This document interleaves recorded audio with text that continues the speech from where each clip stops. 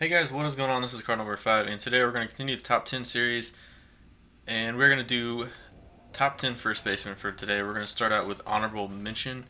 Now, I do want to say before I get into this is that I do put a little bit more emphasis like on speed and defense for first base because I mean you just don't see it too often at first base to have a good fielder, and somebody with pretty good decent speed. So I don't know. I kind of value that a little bit more, and I kind of look, for players like that can field, speed, and have good power. So let's go ahead and get into the honorable mention. One honorable mention I do have is this Impact veteran Edward Encarnacion. I think just by starting out with him as an honorable mention is going to show you that this list is very, very, very saturated. There's honestly probably 5 or 6 more honorable mentions I can do, but I had to stop it somewhere, and he is one of them. Very good power. The only reason he did not make my top 10, well, there's a few reasons actually. Again, he doesn't have good fielding. It's absolutely awful. And you want fielding in reaction for your first baseman.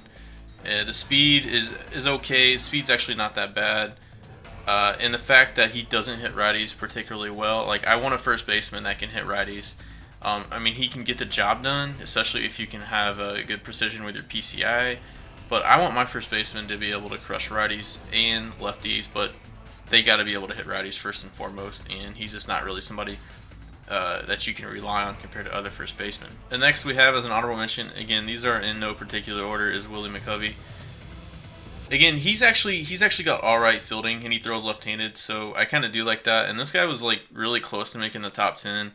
The only downside to this card, I would say, again, his fielding and reaction's not the greatest, and he doesn't hit lefties particularly well, although that's actually really not too bad. But he does hit righties well, and I do like that.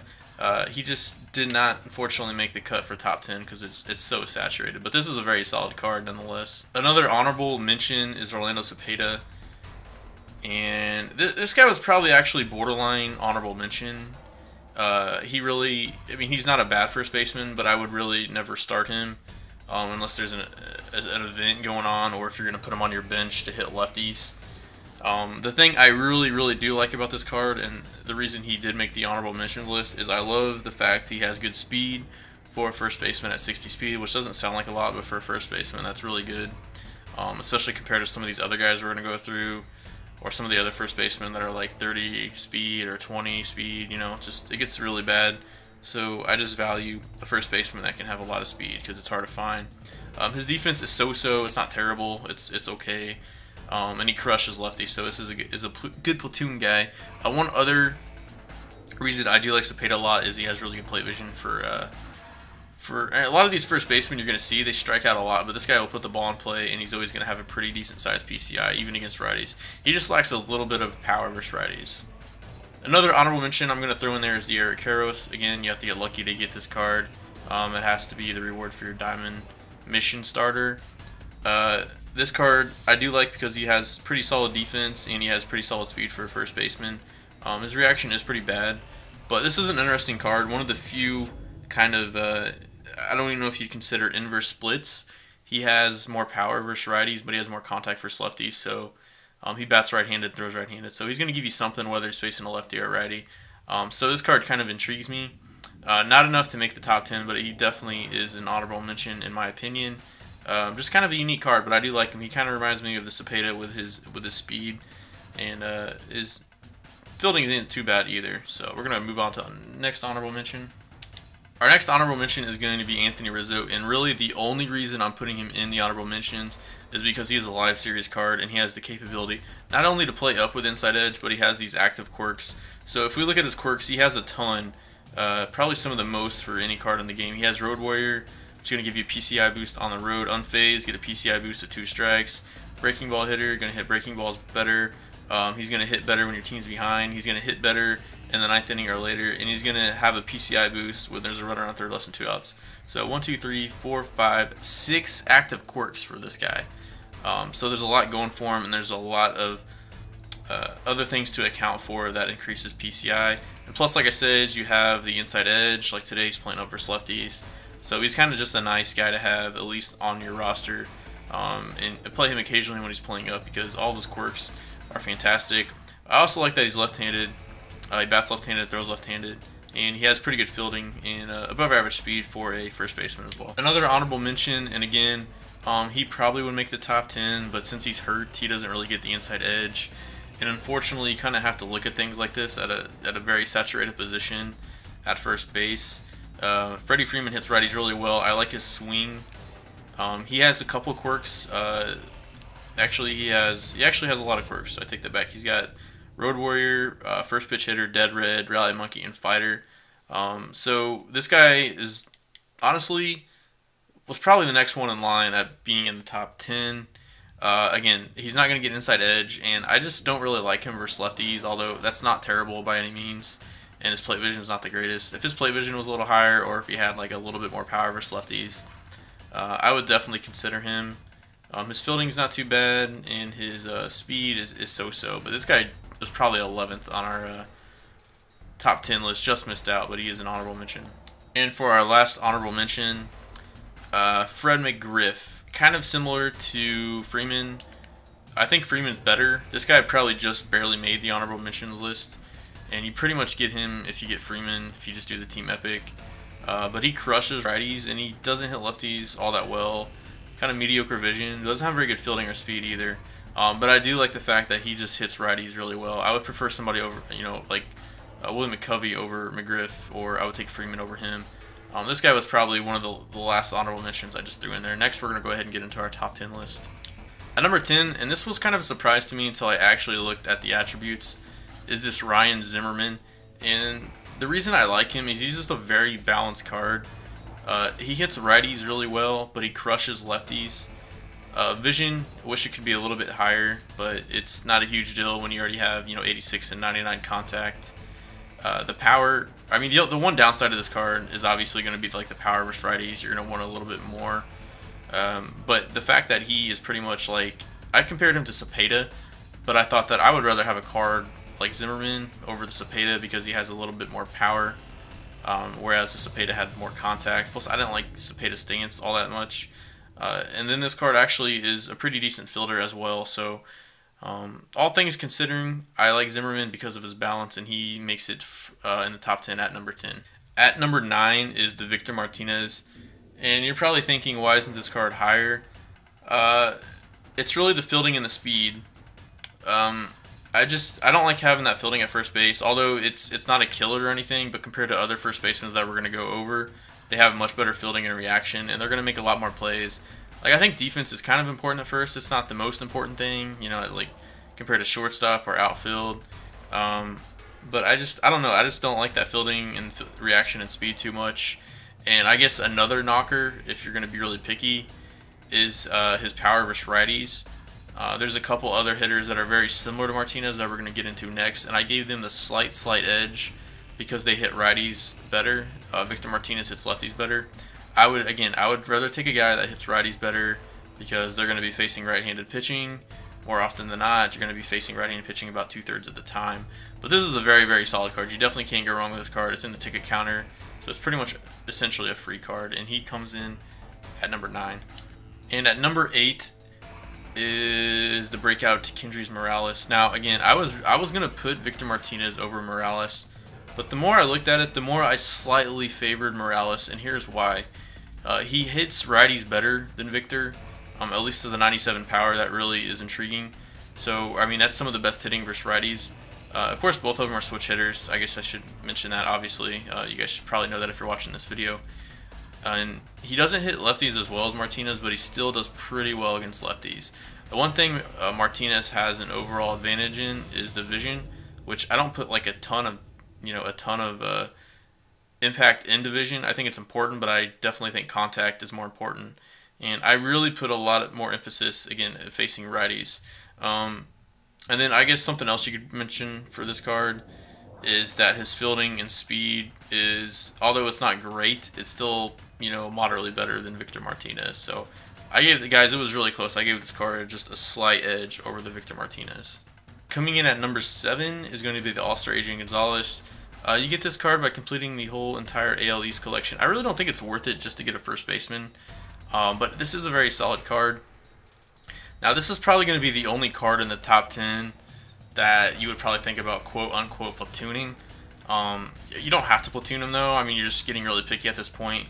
My thing is, you don't want a first baseman that has pretty much no power versus lefties. With that being said, you don't have to platoon him. He still has good contact. Obviously, I'll tell you why I like this card over the previous two. The Victor Martinez and the Morales, they were both really slow. This is another slow card, and it kind of held it back. The speed and the power versus lefties held this card back.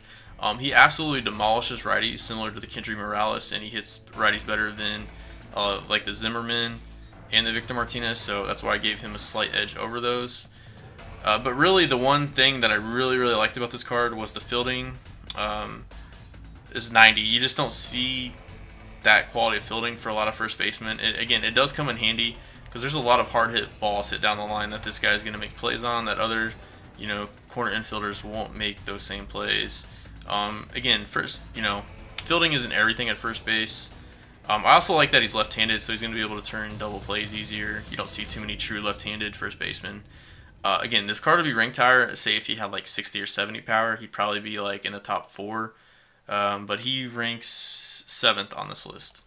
At number 6, and this really surprised me too until I actually looked at the attributes and compared him to others, is the 1987 breakout Will Clark for the Giants.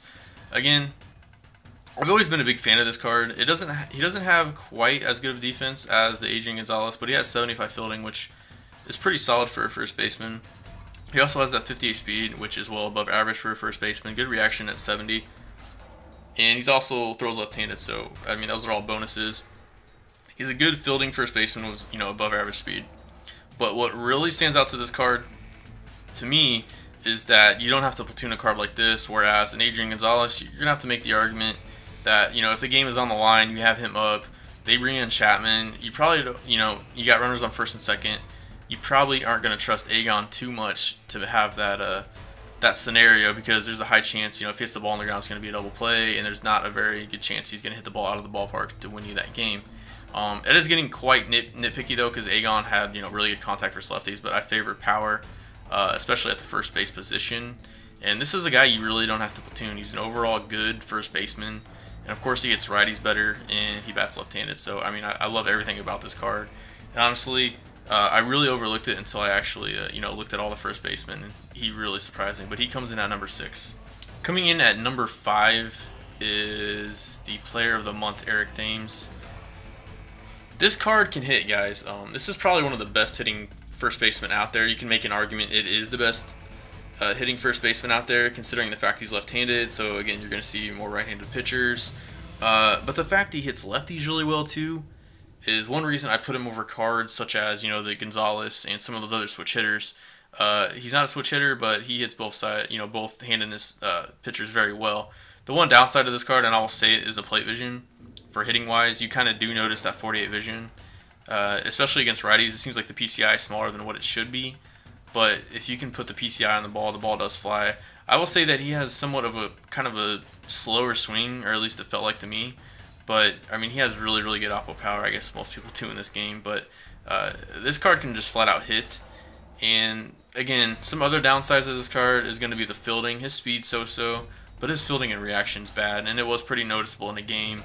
But if you're looking for a slugging, overall slugging first baseman, this is a card you definitely want to check out. It's probably going to cost you a lot, though, to complete this mission to get this Eric Thames. And, again, he came in at number 5. So this is going to be like kind of 4A, 4B. Honestly, I'm going to make an argument for both of these cards being top 4, and they're going to be the Joey Vottos, the Live Series and the Hardware. We're going to start with the Hardware. Again, he's almost maxed out versus righties, and against lefties, he's really no slouch either. I kind of look at that 70 threshold for power anyways, and he's just above that, 73, 72. So again, not a card you have to platoon. I mean, if the game is on the line, you might bring in a right-handed hitter, obviously, but this isn't really a card like if you're facing a lefty. It's not a huge deal where you have to take him out. He's incapable and can't do anything. Something else that stands out about this card is that he does have above-average fielding. Reaction's not the greatest, and he has above-average speed for a first baseman as well. But I'm a big fan of this card. We're gonna go ahead and talk about the Live Series real quick, and I'm gonna make an argument that this card is even better than that Hardware. So this card again, it's a live series card, so he has an inside edge. You can see today he's playing up to a 96. So today I would say he's definitely better than the hardware. This card also is better, in my opinion, than the other card against lefties. Like, I would take that 92 contact. So he almost has like plus 20 contact versus lefties, but he's got like -4 in power versus lefties. So I would take that trade off any day. You're going to be able to probably power swing versus lefties. PCI is going to be bigger. Like I said, some days he's going to be playing up. Like today, he's 97, 92 versus righties. This card also has better fielding. Reaction still is kind of so-so. The speed's kind of below average for a first baseman. Nothing really stands out. But again, one thing similar to like the Rizzo and the Freeman that make this card stand out is the freaking quirks this card has. Night player, which is almost going to be every game. I would say 80% of your games are going to be in night games, unless you just like to play day games for some reason. Unfazed, probably the most important quirk.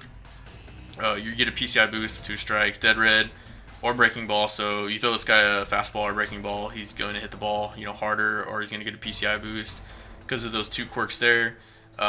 Performs better when team's behind, and again, he has the situational hitter quirk. So there's 6 active quirks right there, and a lot of them give boost to the PCI. So in my opinion, you can make an argument this card is better than the hardware Votto. But again, and I also really like their swings as well. So I'm just a fan of the Votto cards, and that's kind of why I ranked them so high. So I put them 4th. At number 3, we have the hardware Jason Giambi. This was kind of hard to rank, guys. Like the top, really like 3 through 10, or I won't say 3 through 10. Like I'd say like 3 through like 8 or 9. It was kind of tough to list these cards. I think Jason Giambi definitely belongs somewhere in the top 5. Personally, I'm going to go ahead and put him at number 3, just ahead of the Vottos, because I really like his, obviously his hitting versus righties. Again, it's almost maxed out. But, you compare this card to, say, the Votto, I think it's just better hitting straight up. His vision's better. His contact versus lefties is better, and power versus lefties is about the same. But, that vision also is very underrated at 79. So you're going to be able to power swing a lot even versus lefties. So he's still going to be able to generate a lot of power versus lefties. The fielding is kind of just average, not great fielding, and not really great speed. But this card is just really good at hitting. And I gave him the advantage over a card like the Eric Thames. For one, his fielding is slightly better. Secondly, the plate vision I think does make a big difference with a card like this. And he does hit righties better than the Eric Thames, which again, I put more of a priority, obviously, against righties since you face them more. So this card comes in at number 3 for me. So number 2 on our list is going to be the 2013 breakout Paul Goldschmidt. And again, I cannot stress enough that this card is probably the most balanced first baseman in the game, and that's why he's at number 2. I absolutely love the fielding and the speed, and his hitting is no slouch either. The only downside of this card I would say is the vision. But say you're comparing this card to the Giambi or the Thames, you're going to get a lot more fielding and speed with this card, even comparing it to the Votto. I mean, this card really has everything going for it except for the vision. You might hit a little bit better, say with a Giambi or something, but I mean, you really can't ask for much more in a balanced first baseman than you can with this card. He's also going to offer you great protection against lefties, but again, if you guys can hit righty on righty, this really should be the first baseman you're trying to go out and get, because he's really cheap right now. And 80 and 90 versus righties is very good. Like, a lot of right-handed first basemen do not have those splits. So, I mean, I absolutely love this card. Obviously, a lot of people probably have him. You get him on the market, and people got him for making the World Series. But I have to rank this card number 2. And the number 1 first baseman. I don't really know if this is a question. I mean, I think this is kind of obvious. The hardware 2009 Albert Pujols. Obviously, it's very hard to obtain this card. You have to complete the Dynasty program, get the Joe Random, complete the mission, and then you're going to have to exchange Pepe Alazar. Is it worth exchanging Pepe Alazar for this card? Probably not.